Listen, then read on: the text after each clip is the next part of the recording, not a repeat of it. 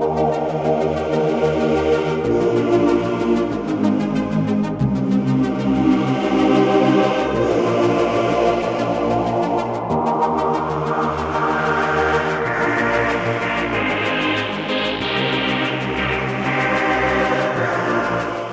John Razimus, also known as John Houston. In the year 2011, I experienced extreme poltergeist activity for about 6 months straight in one house. But this event was preceded by a previous house in the year 2010. There were 2 houses before the poltergeist house, and there was one house after the poltergeist house where I also experienced some crazy things. Now, I'm not crazy. They were just highly paranormal, supernatural events. Important enough where I feel I need to make this documentary, if you will, on it. I plan on driving back to the source, which is over 1,000 miles away, and doing a more professional documentary on it. But until then, here is a really rough version of it. And this is part 1 of a 2-part video. Houses 1 and 2 will be covered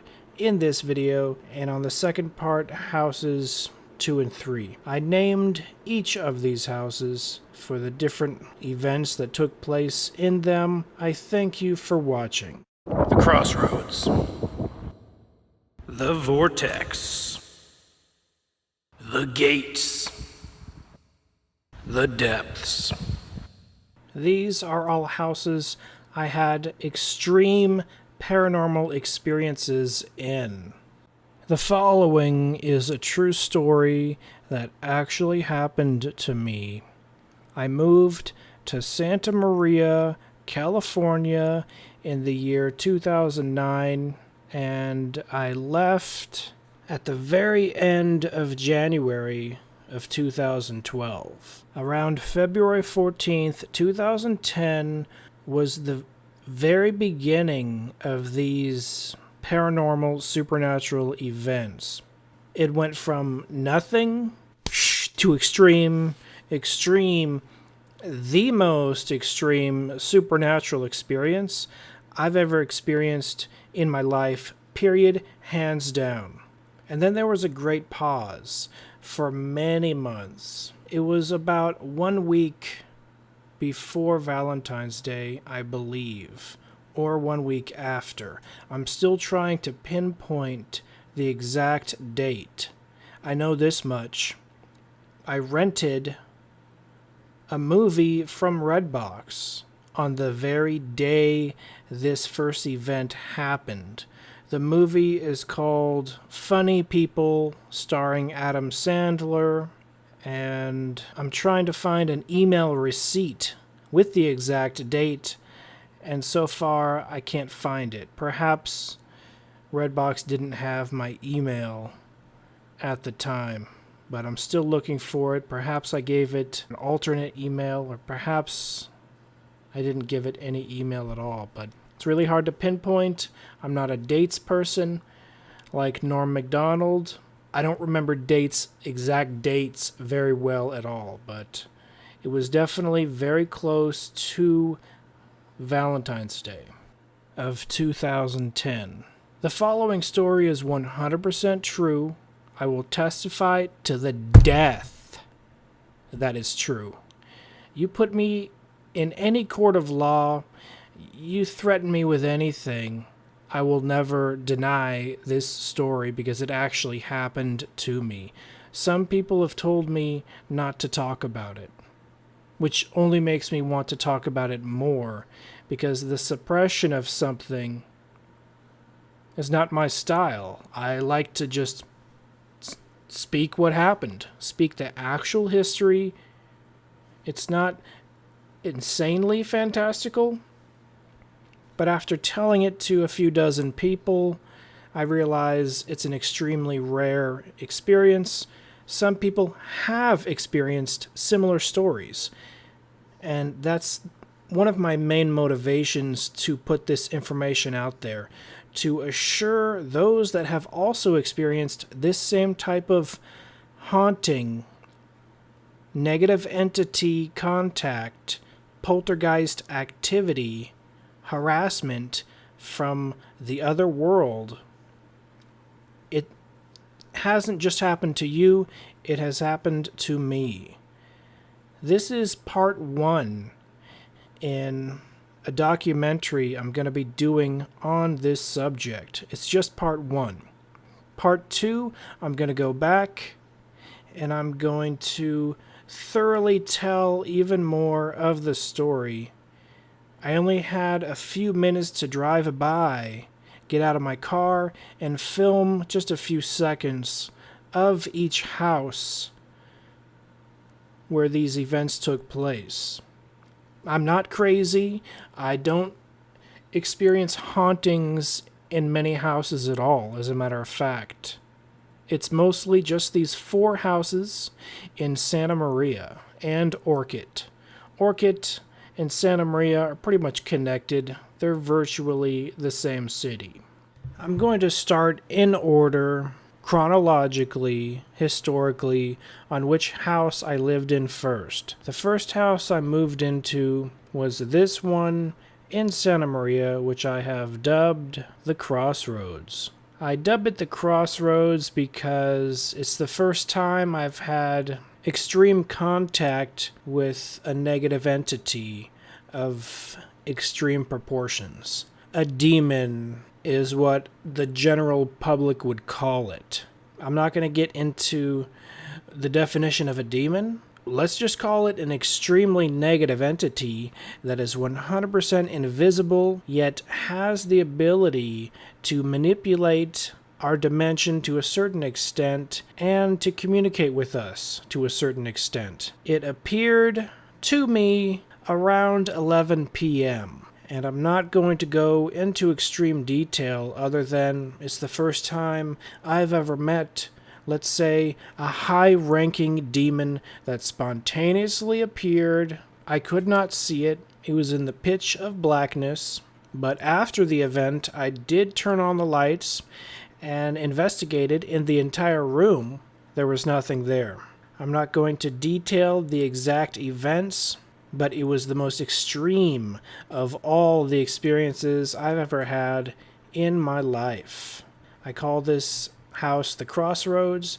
That one event that happened near Valentine's Day, a few days before or a few days after, in the year 2010, was the beginning of these events. My nephew's girlfriend, 2 weeks prior to this, talked about how she's a Wiccan, and I didn't think much of it.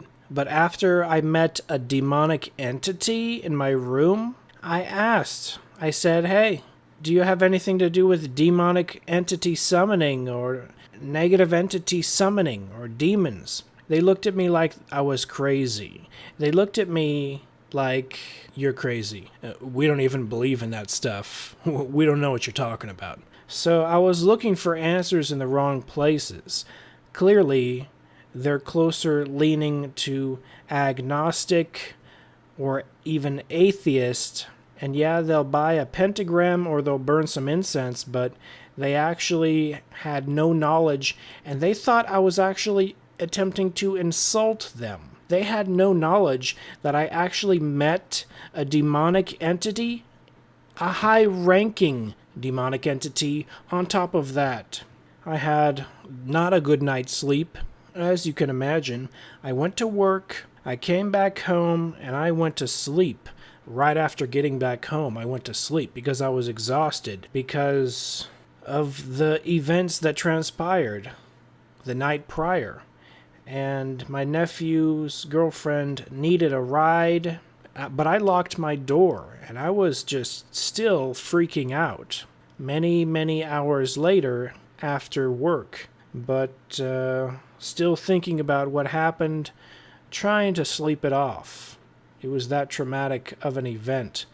And they broke open the door, tried to force me to give them a ride, but I was still pondering and focusing on, a demonic entity appeared in my room last night, 100% invisible. It did not appear optically. I'll just say that much. It made its presence known in 3 different ways to an extreme degree. 3 senses, if you will. When something makes its presence known using 3 senses, the 5 senses are hear, see, smell, taste, touch, and then there's a 6th sense of sense, a spirit, energy. But when an entity or any event in your life can be confirmed by 3 of your senses, guess what? It's real. You can't fake 3 senses confirming that something is there. It's not fakeable. Can't be reproduced. 3 of my senses told me there's an entity in my room. I'm not going to go into which senses those are right now. I'm going to go into detail in part 2. Part 2 is going to be elaborate. You got to understand, I live thousands of miles away from these houses. I drove to these houses because I was in the area for a few minutes for a day. I took vacation time to go to these houses just to film these few parts. I'm simply speaking the truth of the history of my life. People have told me don't talk about it. To those people, I want to punch them in the face. Not literally, but metaphorically, if you will. I want to punch them in the face with my words by saying, don't speak about what happened to me in my life. It may be inconvenient and uncomfortable for you, but I'm going to speak it until the day I die. I'm not crazy. It happened to me. It's a true story, and I'm going to go on to house number 2 because the experience in house number 1, which I deem the Crossroads, is too extreme to mention in this video. I want to go into more thorough detail. So my nephew tried to force me to give his girlfriend a ride, and my brand new polo shirt that I bought for my brand new job had all of its buttons ripped off of it. And the result of that, in conjunction with the demon encounter, caused me to immediately want to move. So luckily, I found this house that I was able to move into. I considered the Crossroads a hostile environment, both physically and spiritually and mentally, because my nephew hated my guts, my nephew's girlfriend hated my guts, and a negative entity showed up in my room. An extremely high-ranking one. Let's just put it this way. I met the highest-ranking demon of all of Santa Maria, would be my estimation. On to house number 2. Trying to get away from a horrific scene, and house number 2 wasn't that bad. It was named the Vortex before I got there. The college-aged guys that lived there, they named it the Vortex because they would have parties, and they were very nerdy parties. We're talking Dungeons and Dragons type crap, or watching reruns of Arrested Development, really stupid things like that. I had 4 other roommates. They were guys, and they were into nerdy stuff, but I wasn't really part of their scene. I only played Dungeons and Dragons once in my life, and it was with those guys one time. They're not the worst guys in the world, but they were not very capable with the puppy that they got, and I talked about that in a previous video. But the place was covered in dog crap. My room actually had fleas. And David Liebe, I met him while I was living in this house after a concert that I went to at the Hollywood Bowl. And I drove him home. Anyway, David Liebe gave me a insect bomb that kills insects. It shoots out the poisonous gas.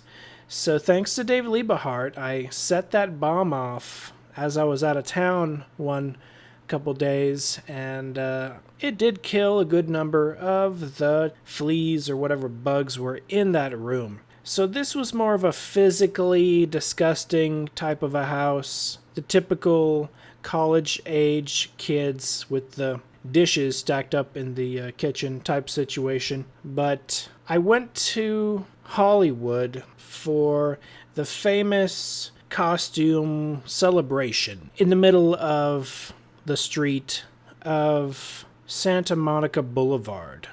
For those that don't know, you can go to Santa Monica Boulevard on Halloween and enjoy a free Halloween party where everyone dresses up. It starts around 6, 7 p.m. and it goes all the way to 1, 2 a.m. And there was cops all over the place, so it was safe in that regard.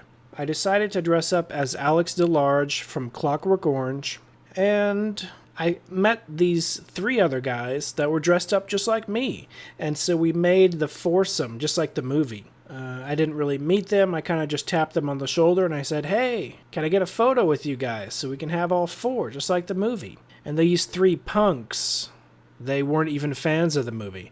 They acted like they didn't even know anything about the movie. I'm surprised they picked that costume, but they were extremely rude to me. So I asked a second time, and they made it abundantly clear, no photographs, they weren't interested.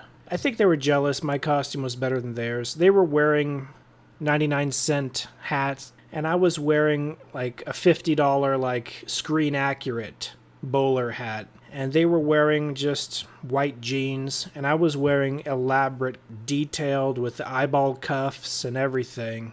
You know, I had the white suspenders, I had the cod piece, I had the screen accurate boots, I had everything. So it's understandable they were intimidated by my awesome costume. I even had the cane, the Blackthorn cane replica. And their reaction to me asking a second time resulted in them punching me in the head.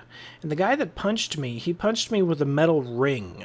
So it's kind of cheating. He basically had one brass knuckle on, and total douchebag. He's lucky the cops weren't right there on the corner, otherwise I would have used my cane to defend myself more thoroughly. You know, it was 3 against 1. And even 3 against 1, I stood my ground, and one of the guys tried to steal my cane out of my hand, and he couldn't do it. He could not take it out of my hand. Here is a photograph of the cops having handcuffed the 3 guys that assaulted me as proof of the incident. I consider this one of my favorite photographs of all time because I finally got the photograph that I asked for. While they were handcuffed, I asked a guy walking by, I said, "Hey, can you take a photograph of us?" He's like, "Yeah, sure." He takes the photograph, and then the cop says, "Hey, no photographs." But he was too late. I already got it. Bam. So after all that extreme event, fast forward to the Vortex. I get back home. I try to go to sleep on the night of November 1st because I did stay in a hotel on October 31st. I didn't experience anything strange. It happened to be the hotel that Whitney Houston died in, the Hollywood Hilton. I didn't experience anything strange at that hotel, so I get back to the Vortex. So while I try to go to sleep in the Vortex, for the first time ever, I experience a supernatural sound. I believe I'm hearing some type of other dimension. I hear what sounds like a swarm of 1,000 locusts just going. It sounds like 1,000 locusts are swarming in my room. But I open my eyes, I look around, and I still hear it when I'm wide awake. I still hear it. It's not a dream. I hear it. Okay? I'm so freaked out that, man, I prayed. I prayed to God. And after praying to God, the sound did fade away after 5 minutes, perhaps. It was very lengthy and very annoying. And the closest thing I can think of is that Travis Walton story when he was abducted by aliens. He said he heard something similar to that in the flying saucer or the alien spacecraft that he was taken to. Now, it's my opinion Travis Walton was not abducted by aliens. It's my opinion Travis Walton was in an astral type dimension, and that demonic entities were screwing with his mind, because he heard the same crazy locust sounds in the spaceship that I heard in my room. So this was the second supernatural event of noteworthy note that happened to me in Santa Maria.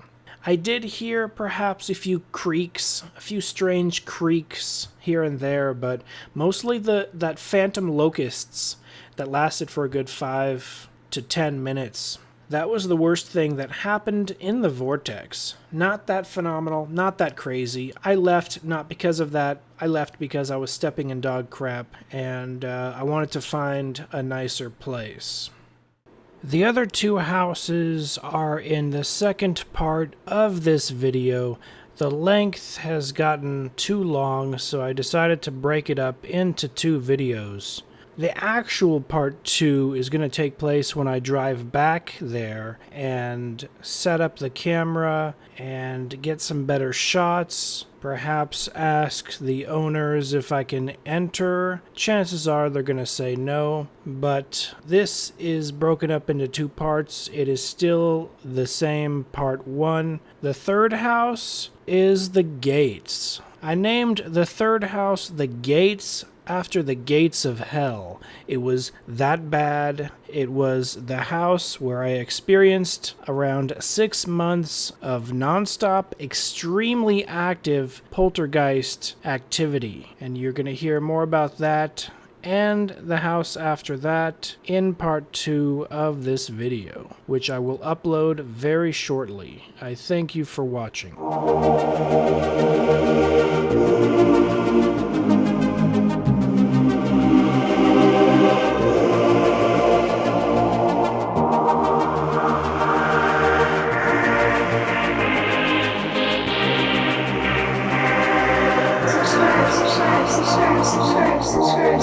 Subscribe.